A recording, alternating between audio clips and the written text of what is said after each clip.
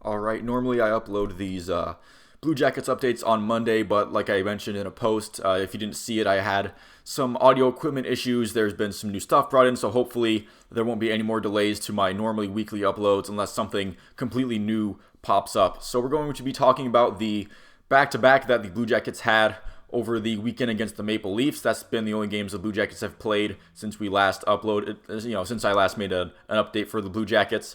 So the Maple Leafs were without Austin Matthews for both of these games, The first game in Columbus at home in Nationwide Arena against the Leafs started off pretty rough. Both teams getting power play opportunities, the Blue Jackets doing nothing on theirs, and the Leafs scoring on their own from a Tavares goal on a really nice feed from Mitch Marner, who was really good in both games against Columbus. Korpisalo was tremendous throughout the rest of the first period, and he kept the game at 1-0. But the first period in general was dominated by Toronto as well as the rest of the first game. Second period, not a whole lot better for the Blue Jackets, even though the score didn't change. Most of that due to Corpy being his good self as he's been lately. And the Blue Jackets in that second period getting a 4-minute power play off of a double minor high sticking, and that Toronto probably getting the better looks on the Jackets power play than the Jackets did. So that was probably a theme throughout the entire night on Friday. However, they were still only down by one after the second period, and they did come out looking a little bit more engaged in the third, looking like they could maybe steal one, but unfortunately the dam did break when Pierre Engvall and Tavares scored within a minute of each other on some passing plays that made the Blue Jackets' defensive efforts look really silly. Some nice passing plays, but just kind of epitomized how the game was going, where the Maple Leafs were pretty much just doing whatever they wanted. And that's how you get to the final score of 3-0. The Blue Jackets fans in attendance for that game, they're still waiting for a post-All-Star break cannon blast, so maybe they can figure that out at their next home game.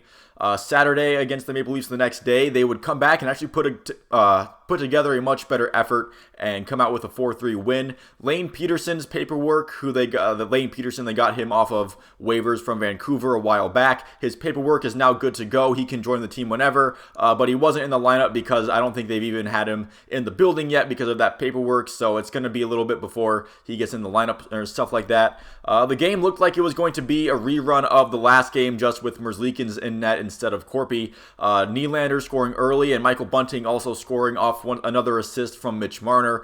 First period ends 2-0. It looks like it's going to be another horrible game for the Blue Jackets, but then the second period starts and the Blue Jackets have a little bit of a different energy to them. Boone Jenner getting a greasy goal as the Toronto defense kind of flounders in their own zone.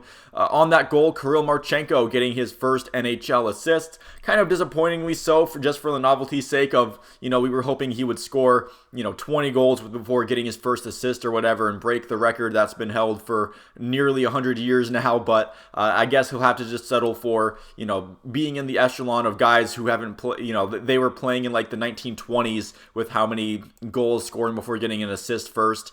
Marchenko obviously getting the second goal after the Blue Jackets began outplaying the Leafs in the second period, and that's how Kirill Marchenko kind of cashed in on a rebound opportunity, had a wide open net, making up for the assist he got earlier. Obviously, he had an assist, realized that, look, his job is to shoot the puck into the net, and he said postgame wasn't even trying to pass it on his assist, but that's how it ended up working.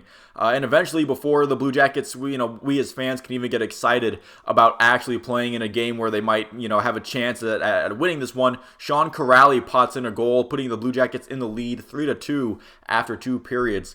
But the third period started with the Jackets on the penalty kill, and Toronto would get a goal on that power play very early in the third period, and we had a game on our hands. Elvis Merzlikins, after a rough first period, settled in quite nicely to that game, and eventually Kent Johnson would deflect a shot from Cole Sillinger in the net for the go-ahead goal. There was a review for a high sticking, and it looked very, very close. A lot of people convinced that it actually was a high sticking, but after review, they let the goal stand, so the Blue Jackets were in the lead 4-3.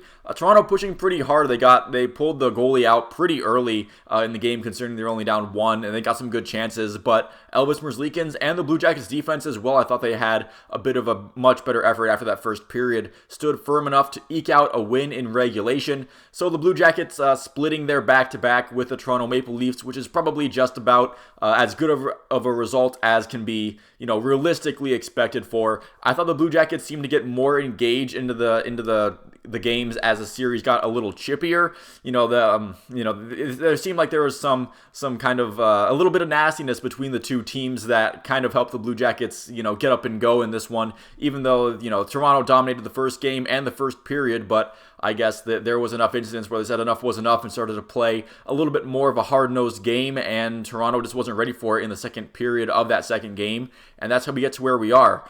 There has been some developments as of late, kind of following the Arizona Coyotes, following their move with putting Chychrun on a healthy scratch while he's waiting to be traded. They've done the same with Vladislav Gavrikov, as he's been in trade rumors for pretty much the entire season. Him and the Blue Jackets are pretty far away on re-signing a next contract, and the Blue Jackets now have scratched him for what is described as trade-related purposes. This was an unprecedented reasoning until Jacob Chychrun got that designation, and now the Blue Jackets are following suit. Again, this is something that's never happened in the NHL. They've never straight up said, we're scratching this guy just because we want to trade him. The teams have done it before, but they've usually at least kind of sort of tried to use like a little bit of like a day-to-day injury to excuse it away, but never something like this. So Gavrikov's been linked to multiple teams, and he's kind of seen as being maybe one of the second-tier guys to get if you're not going after Jacob Chychrun from the Coyotes. So we'll see how that goes. I think it was a Pierre LeBrun tweet that said there wasn't really a trade imminent for Vladislav Gavrikov, so nothing that's like coming down the pipeline immediately, but he has been in trade rumors. It does seem like the two sides aren't going to be able to hammer out a contract with each other, which I don't like. I would rather see Vladislav Gavrikov get re-signed, because I do think he is young enough to where if they kept him around for long-term or even on a shorter term, then maybe he could see this retool or rebuild or whatever the Blue Jackets are doing through. But if they can't reach a negotiation and they can't reach a deal, then I guess you might as well try to get something for him rather than lose him for nothing in unrestricted free agency. Just a little unfortunate, but if the Blue Jackets have to recoup some assets, then that's what they have to do. So thank you all for watching, and I'll see you at the next one.